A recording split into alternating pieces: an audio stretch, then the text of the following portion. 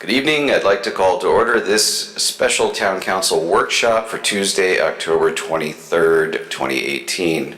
Please rise for a moment of silence.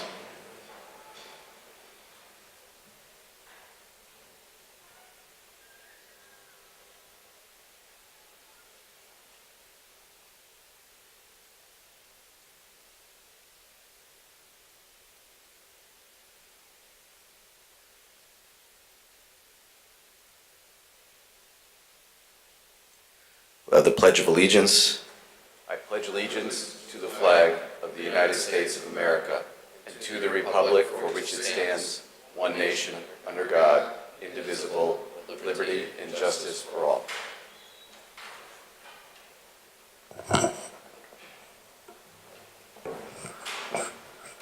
Madam Clerk, would you please call the roll?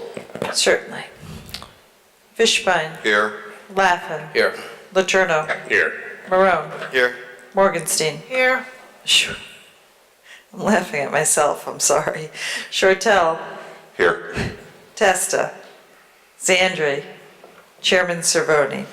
Here. I guess Councilor Shortell has forgiven you for laughing at his name.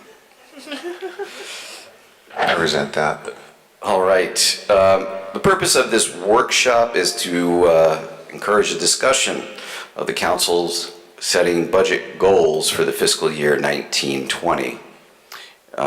It is being done at Councilor Marone's request, and therefore I am going to send it over to him to kick it off. Councilor Marone. Thank you very much, Mr. Chairman. The reason I'd asked for this to be on the agenda is every year we seem to come to the end of the budget process. Some folks say yes, some folks say no. And the reason why folks say yes or no often comes down to minor items that really have nothing to do with the entire budget, but are just sort of ideas that have been cherry-picked. That someone wanted a little more money here, or they object to a particular item, and there's no consistency really in the budget process. The mayor and the administration puts their cards on the table every year as far as where they see the budget going and what their goals are. I don't think the council really has an opportunity to set goals. So I guess what I'm looking for is other folks' thoughts on specific actionable items that they want to see put in the budget. I want to avoid things like gaining efficiency and trimming the fat that are sort of just generalizations that don't really affect the budget at all. And I don't want to worry about what we can and can't do under the charter or under the rules, because I think all those things could be, within legal means, all those things could be amended if we spoke with one voice as to what we're looking for. I have three ideas that I'll go with first, just to start the discussion. But I'd like if everyone had a couple of ideas about what they're looking for in the budget. If we all come up with it, if we speak in one voice and we have some ideas, and the administration chooses to go in a different direction, and we all vote no, then I understand why we voted no, because we set a goal, and then the administration went in a different direction. So my first idea is I think that what we should look for is a slight deficit or a budget neutral. And by budget neutral, I mean if we end up with a surplus, we have a place that we want to spend the money when we start the year. So if we end the year with a slight increase or with a slight surplus, rather than put the money back in the general fund, we have a project, say, or we set it aside for something, whether it be community pool or something else that we feel is of value. The separate is something I brought up in the last budget process. I'd like to see a separate capital improvements budget, separate and distinct from the town's maintenance budget. My thought being that then we have the town departments and the Board of Ed, including the Board of Ed, would come to us with their particular requests for capital improvements. And instead of spending money on the Board of Ed separately and money on the town side separately, we can kind of prioritize from top to bottom who has the greatest priorities between which departments have the best priorities. Finally, the other thing I'd like to do is reboot the whole budget meeting process. I don't feel like there's a lot of value. I know some of it's in the charter, and obviously we have to do those things. But in terms of the hearings, we talk about a lot of things that really have nothing to do with the budget, and at the end it seems like we end up spending more money at the end of the budget process than at the beginning. So the whole point of the budget process is to sort of gain efficiency and weed things out, and it seems like we have the opposite effect. So I think we have too many meetings. I think we should, if we want to talk to all the department heads, perhaps that's something that we need to do piece by piece throughout the year, as opposed to setting aside a month to talk to all the department heads about what their goals are. I think most of the departments know where the fat is, or they know what their goals are, would be a better way to put it. They know what their goals are for the next year. So those are my three ideas just to kick it off, and I'm curious what everyone else has to say. And thanks for the opportunity, Mr. Chairman. You're welcome, and thank you. Councilor Shortell. Thank you, Mr. Chairman, and thank you, Councilor Maronin. This is a great workshop to have and had a great discussion to have, especially now kind of in the off-season. So I appreciate you doing this. I look at this, as I looked at this, I knew you were going to do this, and I looked at the agenda item, and I view it kind of, there's two buckets in my mind. You touched on kind of aspects of both. There's process and there's philosophy. So I'm going to start with philosophy and then maybe get into process a little bit. And I do have some questions for you, Barbara, if you're not laughing. So from a philosophical perspective, I agree with what you talked about as far as budget neutral, a budget neutral or a neutral budget, where I totally agree with that, that if there's while I am not necessarily interested in spending down any of the existing unassigned balance, any new money that comes in that's a surplus, I would be in favor of. Community pool, I was very vocal about that a few weeks ago. To me, I would put it toward the pool.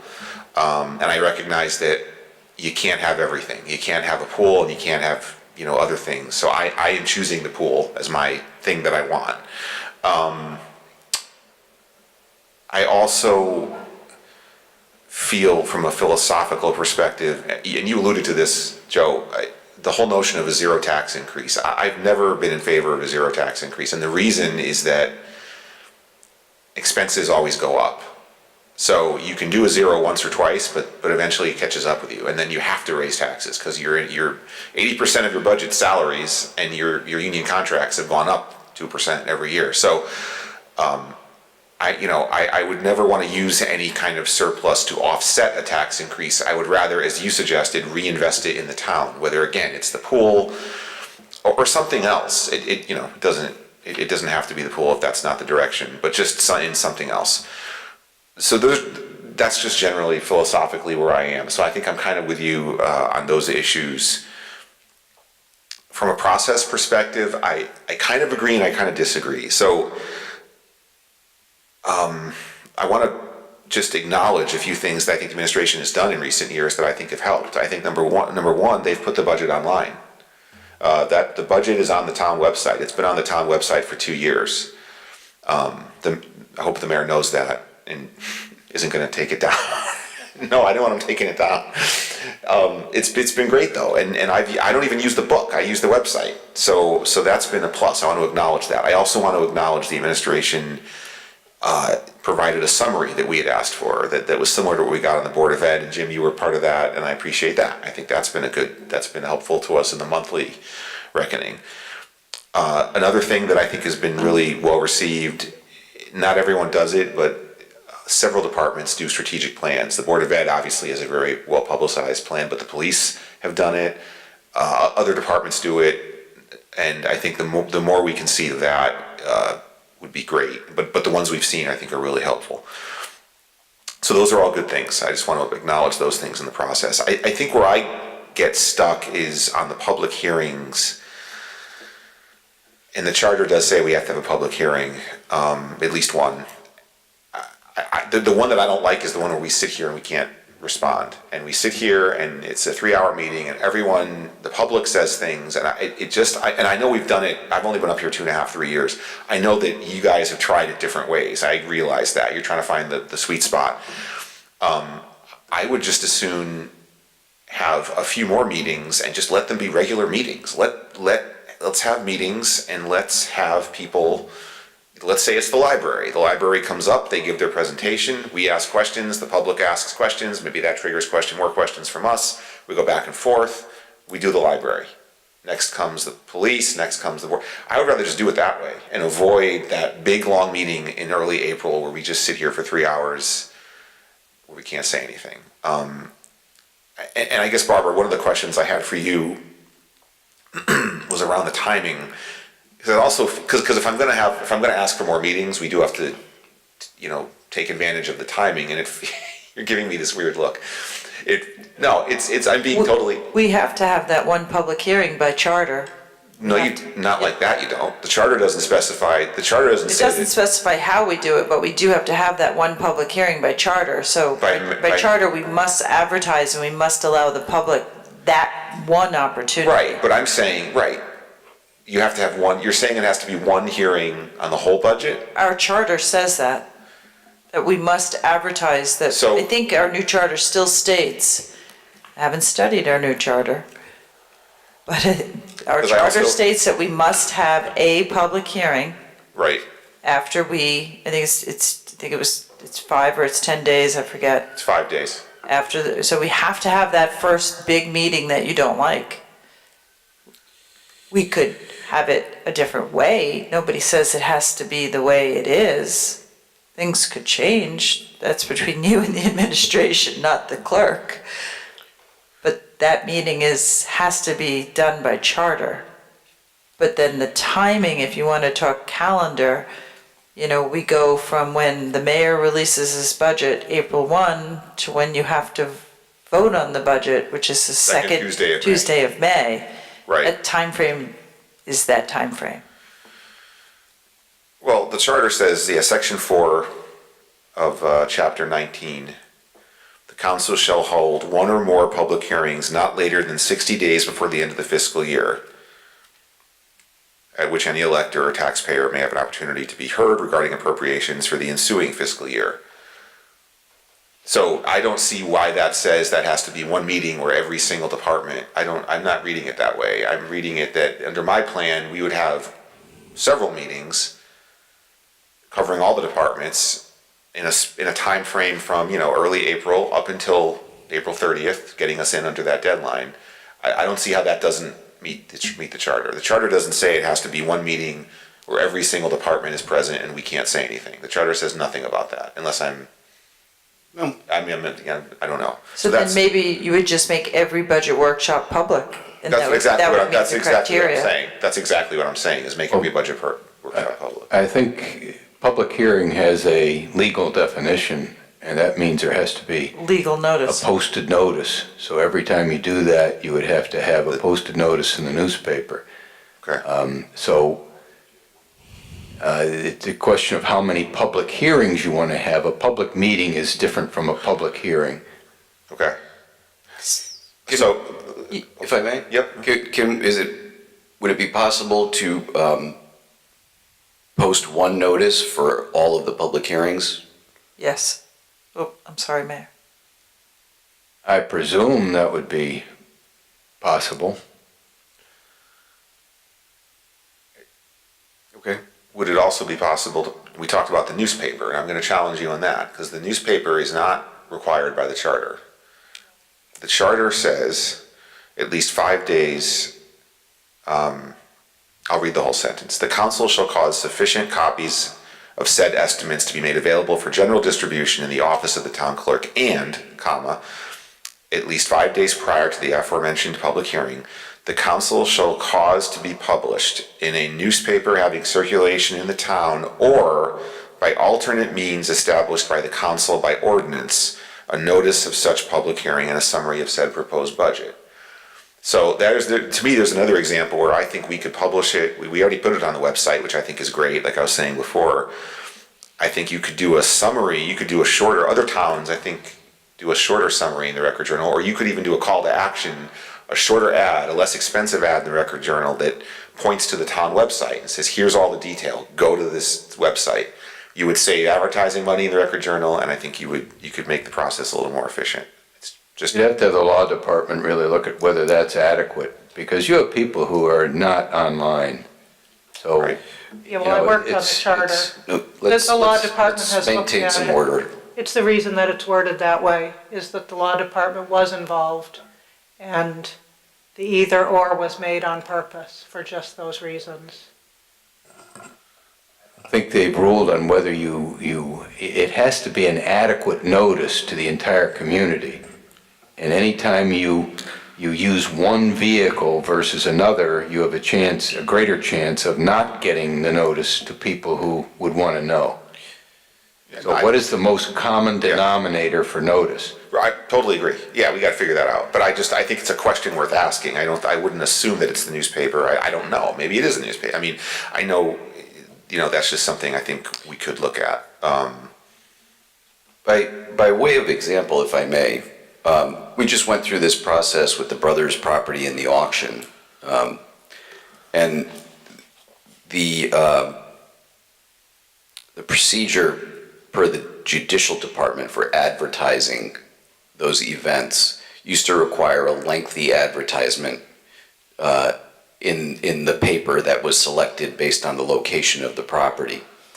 What the judicial department has since done is they have shortened the ad to a standardized form and included a link to the judicial website where you can find more information about the property, and there's a significant and substantial advertisement on the judicial website. So perhaps there is the possibility, if it works for judicial and we can comply with FOI, perhaps there is the possibility for some type of hybrid that would save us money. I think part of our issue with noticing public hearings is the ad space is expensive. Right. And it's based on the size of the ad. Right. So if we could put all the dates into one ad and then link to the website. But that would require us to plan the dates. That would be in no advance. cancellations and no let's cancel this and that. Yeah. Yeah. But we can talk about that. The process of making the combination public hearing and budget workshops something more palatable is certainly something that I'm open to considering. And Councilor Shortell, I didn't want to take the floor away from you. No, it's okay. I appreciate what you're saying. So I guess my last question is around the process. So Barbara, when you put together those big binders, so the mayor has to have the budget in by April 1st per the charter. But I'm assuming you have it. I don't put the binders together. You don't put the binders together. Not my job. You do, Jim. Oh man, okay. I feel bad. All right, so you put the binders together. It's twice tonight, Shortell, twice. Twice. Okay. Skating on real thin ice. So Only kidding. So you put them together, and I know we get them. Do we get them April 1st, or we just get the memo April 1st? I believe you get them the same day. We get them the same day as the releases them. Yeah. Yeah. So you're basically the week of the 25th. I'm looking at a calendar, but I mean just the week before. That's what you're doing. You're kind of scrambling, putting it all together. Sometimes we're right up to the police officers coming to Right. get us. Yeah. Right. And then are you also scanning it, because you've gotten on the website the last 2 years, so then you're also scanning it onto the web, getting it on the web. And then there's the 5-day notice, which is why, I guess what I'm getting at is we always lose that first week of April. We always lose it in terms of being able to do any meetings. But I think Vinny and I were looking at the calendar. I don't have it. I mean, Yeah. I don't have it up in front of me right this exact second. But it kind of falls kind of nicely this year. April 1st is a Monday. Yeah, it does that fall. we were nicely this- we were already talking about the calendar earlier today. That Yeah. we felt it kind of fell that we would get a lot of good time there. Mm-hmm. Yeah, I think so. So Jim, could a counselor opt out of a binder? Sure. Could I opt out knowing I'm gonna Sure. because the website Well, works much better for me. But the binder has the backup, some of the backup, whereas the Website doesn't. what's on the website does not. Okay. That would be, Okay. All right. I thought the website. I mean, I was very happy with the website. If I may ask a couple questions to any of the seven of you still there, or the mayor if he wants to chime in for me. We have worked to cut that ad down because Craig, you're right, man. Those things are expensive, and the rates on those keep going up. And I worked on it with Barbara over the years. You remember how big that ad used to be. It used to be almost a whole page. And I couldn't read anywhere where it had to be in the format that previous folks in my position were utilizing. So I go by category. In other words, not police department, fire department, dog, bop, bop, bop, bop. I just put public safety and add those together. And that's same thing, public works, throw engineering and a few other, recreation, library. And then in schools, just Board of Education. So we cut that ad down quite a bit. But we also put all of our special funds in there, our 3 utility funds, so I don't know how much more I can cut those down, other than just to say, General Government, Board of Ed, 2 line items with a calendar, because I think the charter says something shall be published in the same calendar does. form. Yeah, it So does. I'm kind of, I think I kind of pushed the envelope a little bit with just cutting it the way I did. If there is some type of movement to change something and you didn't want that much detail in the ad, I'd be happy with that, because, and Barbara, you'd be happy with that because of the cost. $2,400 last year? Yes, see, and that was, if we were doing that the way we did when I got here 14 years ago, holy cow, I don't know how much that would cost. But anyway, that's just my thought on that. I think you've all seen what happens when there was a move by the Assembly to say that municipalities would sort of be exempt from putting it in the newspapers. And correct me, I'll ask State Rep Fishbein here if I'm way off, please tell me. And that kind of died up there because you had all the major newspapers in the state of Connecticut running all kinds of commercials and stuff that, we're trying to jib people of the right to see and stuff. And that's not the intention. The intention is that the stuff is so expensive. And then, it's hard. Are we reaching the audience, like the mayor says, to try to reach as many folks as possible by just putting a big block ad? That's going to be a lot cheaper to say, the ad is on our website, go see it. I don't know how that would be perceived by folks in the public. I'm not trying to take away people's ability to see the advertisement of that first public hearing, but we have worked on, I don't know if I could work that down any more without some type of guidance, if you will, from the council and or mayor, to make sure that, I'm not going to be brought up, on an ethics charge for not publishing the thing the way I should have.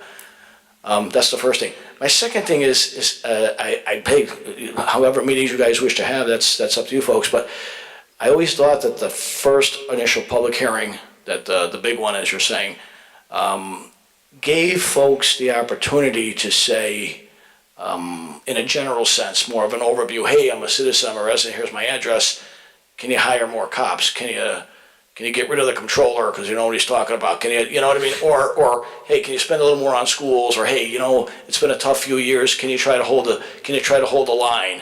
That's what I thought that first meeting was, and then something like that. And then I think that gives the person the ability to not have to look through all that detail, just to come forward and say, look, can you try to help us out as a family here and keep it down this area? Or hey, maybe it's the opposite. Come and give schools more, the library more, et cetera, et cetera. That's what I always viewed that as. It was always my perception, and I could be way off on it. I'm not saying I'm right. But, and the third, with regards to the books, that thing is, we were looking at some a few weeks back. Some of those we keep in the office, and we end up recycling them. But 14 years ago, that book was probably half the size that it is now. And because I know we've been asked to try to provide more. Matter of fact, I think it was Mr. Letourneau or maybe Mr. Fishman, they were saying that, hey, would you put less pages in this, less information? I said, no, we had to buy bigger notebooks because you guys could barely turn the pages. Remember that, John? So I think it was you and Craig and I were talking about that a couple of years ago, maybe. So we actually went to a 4-inch bound, the 3-ring bound book. So, and that's frankly pushing it. So I don't know what we're going to do next, because the other one would be a binder I can't even find in our catalog, maybe 2. How'd you like to carry 2 of those around, John? But I think you threatened me on that once. But anyway, is there something or something we're not providing, or are we providing it too much? Do you hate it? Do you love it? Or is it somewhere, is it an evil necessity? I don't know. I've tried to give as much as you folks have been asking for, and we'll obviously try to do that. But so some guidance, some thoughts that get brought up through the chair, to me, we'll be glad to try to provide. And I'll try to hide anything from the council, especially during budget time. I mean, you guys get pressed with a lot of questions, but I also know you guys get a ton of material at home too. So either through the email or through a delivery, or et cetera, et cetera. So I could use a little guidance too. Thank you. No, thank you for that. I apologize. I spoke more than you and Mr. Marone combined. But That's what we expect. see what happens when it's open mic. See what happens when it's open mic night. It's okay. No, I appreciate all that. I respectfully disagree on one thing. I do think that I prefer dialogue on the budget. I think people can still come up and say what you're saying about, help my family out or spend more on teachers or don't spend more in what I'm proposing. And we all agree he's done for tonight, right? This is it? Jim, you're done for tonight? Yeah. I couldn't hear. I only have half hearing in one ear. I didn't hear you. I said you're done for tonight, right? Okay, I'll be done. Perfect, thank you. I just had two more things and I'll shut up myself. To Joe, back to your point about, what are your goals? I mean, I can't personally, I can't give you like, I'm not one of those counselors that has sort of a, I'll never vote for spending increases or I'll never vote against the Board of Ed. I mean, it depends on the year. That's all I can tell you. The first year I was up here, the mayor proposed additional reductions in the Board of Ed budget that I thought were entirely appropriate, and I voted for them. It was $1 million. It didn't pass, and the board ended up with a $1.5 million surplus the next year. So that year I was entirely for it. This past season, we had the Board of Ed giving us back almost $500,000. I was not willing to cut them anymore. They gave it back to us. So for me, it's just going to depend on the year. I can't give you like a philosophy that, every year I'm going to do X, Y, or Z. It's going to really depend on the year. So that's all, but I appreciate the agenda item and the chance to talk it through. Thank you, Mr. Chairman. Yep. Counselor Laffin? Thank you. So I like what everybody has said so far. I could get on board with the type of reinvest in the pool thing. But I would need certain, I would feel more comfortable with certain conditions met. Every budget the mayor puts in, sometimes up to $7 million of surplus or general fund money or whatever is going towards the new budget. I would want the money in excess of that. A couple of years ago, we ran into that money. We spent $1.5 million of that money. I view that as running red. I know that was budgeted, so it wasn't really running red. We prepared for it, we planned for it, but I'm talking about money that we make without spending that extra money. The cap, and I believe, as Councilor Shortell, I think, was getting at, we're reached like a sweet spot as far as surplus versus everything else, where I could start to plan what to do with excess in advance, especially if we have a big project like the pool on the horizon. Councilor Morone, the cap and non-recurring, I guess is what I want to ask about. You wanted a separate capital budget.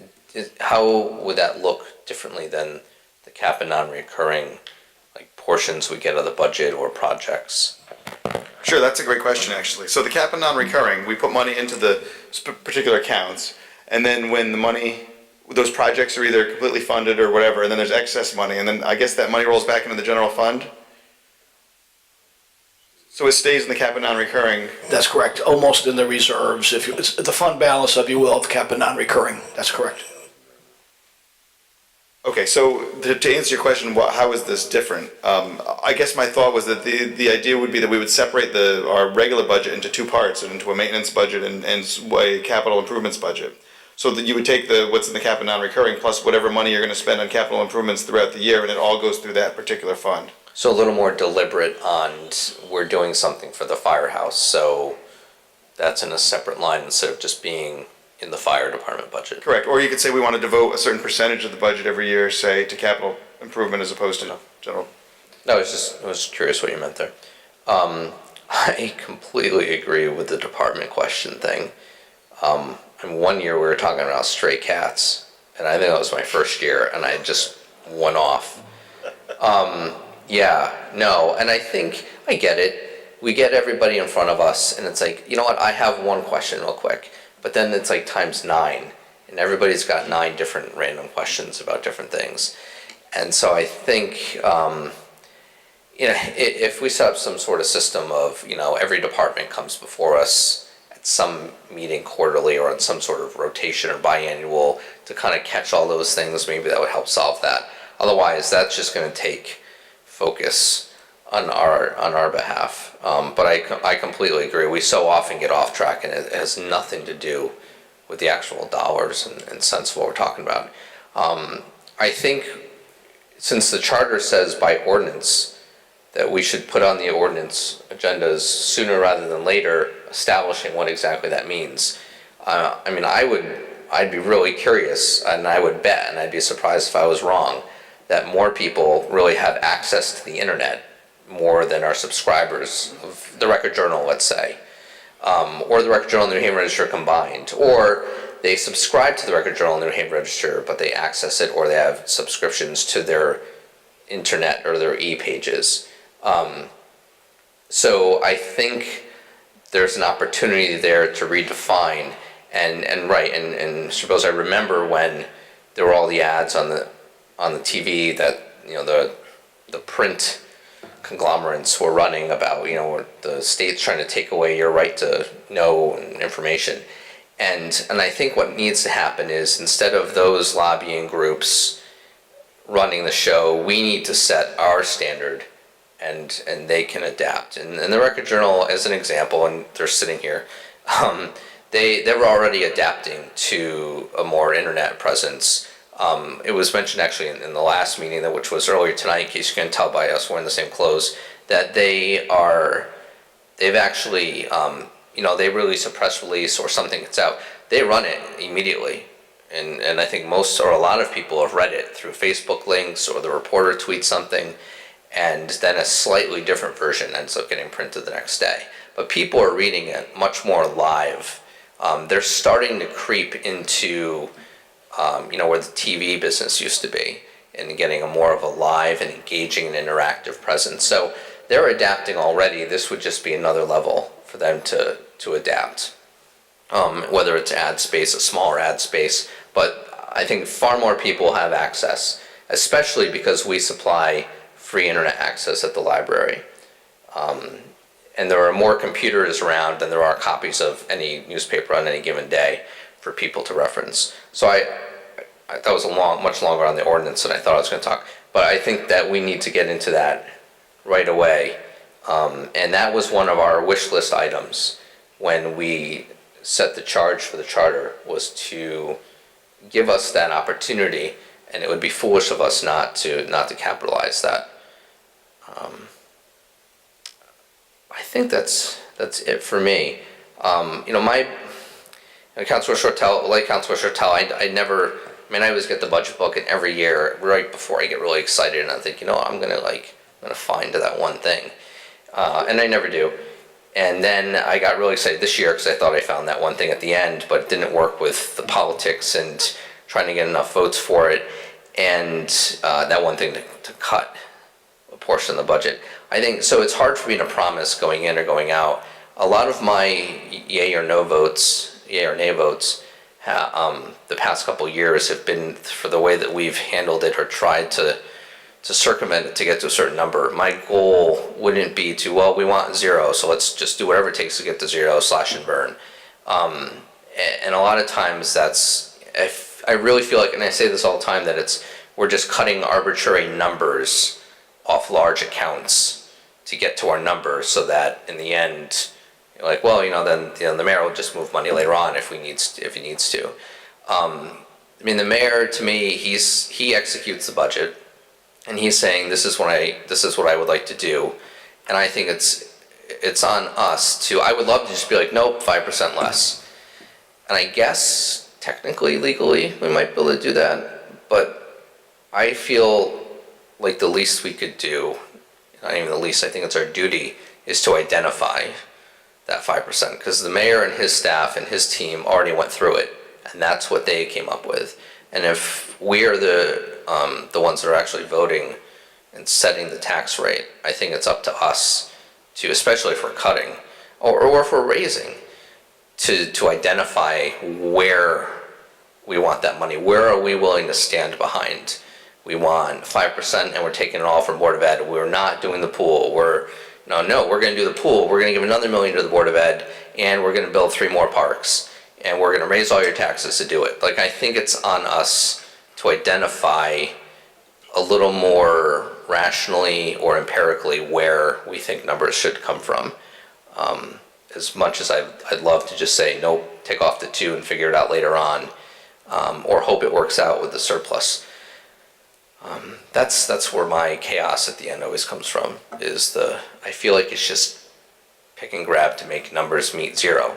Like, it really shouldn't ever meet zero. Like, we're either gonna go below or we're gonna be a little above. Like this year it got really close because the state came back and we got more money than we expected and we were able to change it. That was great. I mean, I think that was the best we could do in that sense. And if we could have cut a little more to go a little under, then I guess we could have done that too, but we also could have done that before. So without that extra state compensation. Now I'm just rambling. But so anyway, that's where I'm coming from. Those are kind of my thoughts and ideas on the budget process. Thanks. Councilor Letourneau. Thank you, Mr. Chairman. Jim, on the cap and non-recurring, help me out on this. What's published in our budget book, that reflects, is it 3 years? The cap and non-recurring fund Yeah. is actually 6 years. It's- That first column is the one that is before you It's for 6 that years. budget season. Okay. And from what Henry McCauley, our Public Works Director, and this town engineer, Baltramitis, see for the next several years. However, those are flexible, those are just for a future glimpse, mostly in the area of infrastructure. Things change, some road might have bigger issues and be replaced, et cetera. Right, understood. That's the So general plan, yeah. In some of those projects, though, they linger past 6 years. It could be 7 years, 8 years. What I'm getting at is I've seen in Yeah. past budgets where it's, all of a sudden, it's not in the budget book any longer, but it's still an active project. Correct, because if it's a project that's being funded in 1 year, it won't be in the next year's budget, you're correct. But Okay. it's still on our books and it's still being worked on by All right, Public Works or engineering. What I would like to see is that listed in our book, brought forward. Okay, So, we can keep track of it, because otherwise, Yep. it falls off. And unless you go back into the previous year or the previous year budget book. Sure. I hang on to them, but not everybody does. It just makes it harder bookkeeping for us. It would be easier if, as long as that project is alive, Okay. that it shows up in the budget book. Okay. And continues on. And let me work on some stuff, I'll put some, maybe if I can send you a draft before then. Fantastic. We And can see if talk you about like it or hate it or somewhere in between, okay. that would be great. My second thing is, so after the budget is done, the mayor's done with his budget, and it goes to the printer for the books. Actually, we wait until the final adopted budget so we can fill in that final adopted column. That's when it goes to printer. But for the public hearing, we make photocopies of all the information up to that point, including the mayor's column filled in. No, our books, Yeah. the books that we get, Oh, that book, okay, I'm sorry, yeah. the big book, Okay, the big book, the one we all love. yeah, that does, the departmental information only, the departmental pages, that's what we bring to printer when the budget's available and print out the small books. Okay, no, I'm talking Okay. about our books. All right, yeah, that does not go to a printer, we do that in-house. You do it in-house. Yeah. Okay. Scrambling sometime, just beating that cop before he gets there to deliver them to you. All right. Where I'm going with this is, I thought it went to I was hoping it went to the printer and you had it all electronically, that we could get it earlier than waiting for the physical book to be printed. Sometimes, we could do that. I'd have to connect with you, Barbara, on that, but we'd sometimes, believe it or not, we are working up to the day or two before that to come up with the mayor's final. Okay, Number. so before it gets. So you'd to have to ask final- that, to the mayor. Can- Because if he's done and he tells us we're done, Okay, so, would it be possible to get the bulk of it, and even if you're working up to the end, we could get it electronically maybe, as an amended, I would say possibly the backup information, but the actual numbers by department, no, because if we make any changes, it's gonna affect more, let's say the controller's office, for sake of ease. If we make a change in my budget 2 or 3 days before it's due to you folks, that's gonna affect several more pages, and including, and also the mayor's probably introductory letter as well. You know what I mean? It's not like I just go in and say, okay, well, you No, know. I understand, but even if that information is out there,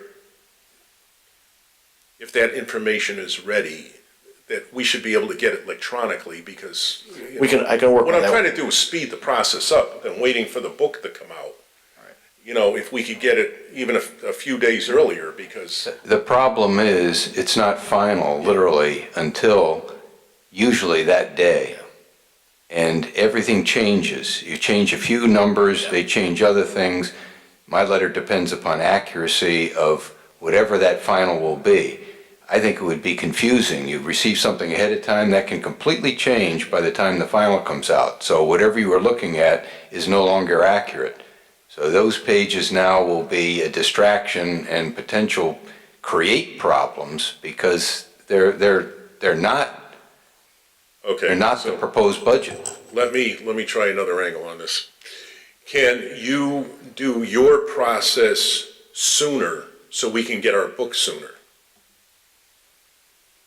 Well, if you can tell me when the state's going to have accurate information for us and multiple of other things, we're working on it right up to the end.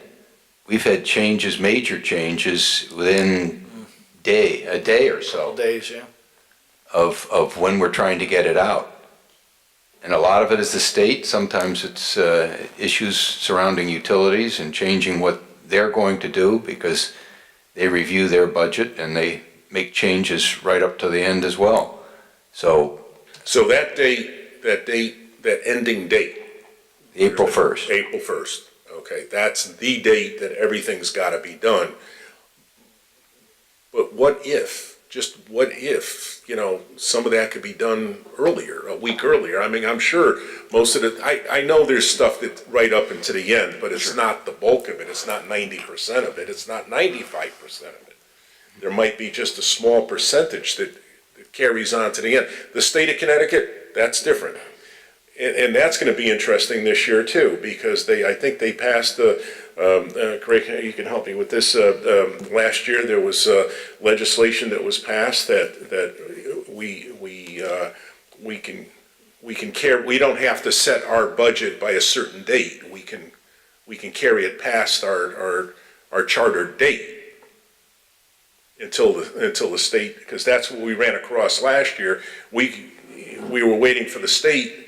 We set our budget basically not knowing if we were what it was gonna cost us from the state. We were fortunate that we got that money, but we didn't know. So getting to the point of, we don't know what the state is gonna do. We don't know if by the 1st, we're not gonna know sooner. So I just would like to get the bulk of the information sooner. I understand you can't give us all of it, but the bulk of it, at least the backup, so we can start chewing away at this thing. Because, we get our budget book and the clock starts ticking, and there's just not enough time, because none of us are doing this full time. You have to understand, this is a major work product. What comes out of the administrative offices, including the mayor's office, this is the key document for the next year's basically operation of the town of Wallingford. I am not going to sanction information that's incomplete, subject to change, prior to a document like that being finally approved and ready for public consumption. The expectation would be you could see information like that appearing in the paper. Oh, this is what this budget's going to be. Budget's going to be something else. And then it's not that way when the budget comes out. Now there's questions about what changed that, what changed something else. You're asking for chaos. No, I'm not asking for chaos. I'm asking to give us more time to review the budget book. Like I said, you're doing it full time, Mr. Bose, you're doing it full time. If you need to work 10, 12 hours a day on it, you can. We don't. Well, I can tell you this, if we were really finished well ahead of time, I don't have any problem coming out. But in recent years, there is absolutely no chance of us being finished full way ahead, because the budget depends upon a number of things. One of the most important things is revenues from the state of Connecticut. And those estimates are changing day by day. So we look at the governor's suggestion, we look at what pronouncements are being made by the legislature, and we're making the best judgment we can given that information. I expect it's going to be worse. It's steadily gotten worse. There's no new revenue for the state of Connecticut I'm aware of, so there's going to be an even more of a frenzy over what's going to happen with the money coming from the state. That's a huge amount of money for us. Well, So it's that, good that this that law- alone, that alone creates a problem. It's good that that law was passed then, because maybe we'll pass our budget July sometime, or, June, whatever it takes. If that's the case, if we have to wait for the state of Connecticut to make a decision on what they're gonna do budgetarily before we can, last year, we set our budget, not knowing. We set a budget for this town last year, not knowing whether we were gonna be in the red or the black with the state of Connecticut. Fortunately, we got that education cost-sharing money, and we were able to make a good budget, but who knows? Who knows? So, okay. But again, you just have to recognize this is the most important document that's put out by the administration side of the government. I understand And I that. do not want inaccurate guesstimates to be out there that then get second-guessed 50 times because they're not the same as what was the proposed budget. That is not what I asked for. And I would never ask for a guesstimate. But that's What what I'm it would asking be. for is whatever's prepared, if there's backup prepared, give us the backup anyhow. But it's- Electronically, give us the backup. John, You know- it's not final until the whole document is before you. All of the pieces intersect with one another. Nothing stands on its own, or few things might, but very few. Everything is interrelated. All right. I know, it's governmental accounting. All right, Mr. Chairman, thank you. Counselor Fishbein. Thank you, Mr. Chairman. So I do support the publication by other means. If there is a intent to have the budget be digested and dissected by all members of our population, then I don't know why we only publish it in English, quite frankly. There's people in this town that don't speak English. So certainly the web should be sufficient. I would like, and I know it would be a difficult task, but I get people every year who ask me about the backup. And I end up going to my office, finding the backup, making a copy for them, giving it to them. I think the backup should be available to the public in the same form as the budget itself, because the mayor's recommendation is based upon requests of departments and groups and all of that stuff. And, I think for transparency, because there's a lot of information in the backup, just looking at a static number really tells you nothing. But when an agency says, this is what we're going to use the money for, and this is why we're asking for it, it answers a lot of questions. Questions that the public naturally has. And last but not least, we did pass a statute last year, and it allows for a town to modify its charter with regard to its budget adopting procedure without having a charter revision commission. I don't know why we don't think about, leave the mayor's date at April 1, but maybe change the adoption date to the second Tuesday in June, okay? That would meet Councilor Letourneau's concern about having more time to review the document. Certainly, the mayor comes to us and Mr. Bose comes to us during the budget proceedings and says, we have updated numbers and therefore we're making an adjustment. All of those adjustments could be made in that time period. Our feet aren't being held to the fire. You're not up against July 1. So, that long period of time is just, it doesn't make sense to me in this day and the age. I think maybe years ago, when everything was done, paper and that kind of stuff, and there was a lot of moving around stuff after the budget was adopted, maybe it made sense. But now, there's some keystrokes and that kind of stuff. So, I think we should talk about and consider that, because certainly we can do that through an ordinance, is my understanding. So, those are my comments, and I want to just thank Joe or Councilor Marone for putting this on the agenda. This is a healthy discussion that we never get to have, and I appreciate it. So, thank you, Mr. Chairman. Certainly. Councilor Shortell. Oh, wait. Sorry. No. Mr. Bose. Only if Mr. Morone You gives told me Mr. only Morone Mr. you were Morone gives done. me permission, okay? No, just, we would need, just please keep in mind, if you're gonna pass something to extend the council's, date, that, we need a couple weeks to balance the, tax collector's records, basically, and the assessor's records, because there's certain things transactions that get posted based upon the mill rate establishment. And between Shelby and Joanne, they need I'm gonna say about a week, let's just say cautiously a week and a half. And then we have to send those files electronically to our bill. We don't produce bills here, they're produced electronically. Well, we send the files after the reconciliation's done, sent to our bill production company, and they need several business days, depending upon where we are in the cycle. The later we get in, the longer it takes them to do it, because they do about 85, 90 towns in Connecticut.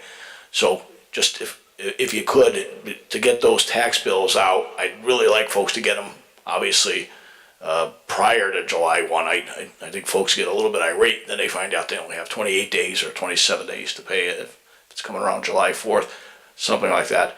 But if we can just keep that 2-week window in mind, I know Shelby, Joanne, Ann, and I would appreciate it. I'm sure the citizens will too. We are, actually, and I'm sorry, this is a little bit of an opinion, but it's a good thing. Those bills go out, we get people coming in the building a day or two later. I mean, they pay their taxes prior to July, sometimes it's several $1 million. And you could talk to Joanne Rusick if you see her and say, gee, Bo said at a meeting that these folks, you come in and they pay the bills or they mail them in and et cetera, et cetera. And we get a lot of payments in June, and it's just, it's terrific. And I know people, actually, if they're not out, usually, we even get calls on occasion, I want to pay my tax bill, so. Anyway, I just meant that to be a good comment. Councilor Shortell. I yield the floor back to Mr. Morone. I just want to respond to something that was brought up about the statute that was passed and the date. I'm not sure that I'm a fan of extending the date beyond the second Tuesday of May, as our charter indicates. One of the things you might recall, this came up last year, I'm not sure if it came up even during the charter review, but Dr. Menzo said, from a Board of Education perspective, he would not support that, they would not support that. That would make it harder for them, because they need to know the number. They need to know what their number is, because they're hiring teachers based on that number. And they have they have, on the one hand, they have that going on in the spring. They also, the Board of Ed has shifting enrollment going on. They're shifting teachers and hiring teachers right up until August. So that just introduces a whole nother element for them. And that is 2/3 of our budget, is the education budget. So I don't know that extending the deadline would really be, I know it would be beneficial to them, and I feel like we've managed without doing it just fine. So that's just one thing I wanted to add. Thank you, Mr. Chairman. I think every year I've been up here, we've passed a budget with unknowns from the state, and they've been varying degrees of possibility. Yeah, there's always a little bit of movement, as far as I can remember, sometimes several thousand, maybe light six figures sometimes, 100,000, things of that nature. I don't know if I have all the information to go back in time and look at that, but the swings lately have been relatively potentially violent. And that's, you had towns in Connecticut that had ended up sending supplemental tax bills out because they overestimated that ECS grant, like you were talking about. And we were fortunate that we adopted, or the mayor's budget, and you folks originally adopted a budget that had that conservative number. So the very next day, when the assembly was done, and it added $2 million more to the 2.2 or 2.3 million. Pardon me, I forgot the number. But when they added that money now, it's much better that way than the other way. Than overestimating that ECS grant and having it come back and saying, oops, you got to make $2 million in cuts, reserves, or supplemental bills. I don't know. Well, thank you. With everything that's been discussed, I know we're going to have minutes from this meeting. I will certainly put on the next ordinance committee meeting the issue of, the agenda will include the issue of publication of the public hearing notice and the budget. And I am certainly open to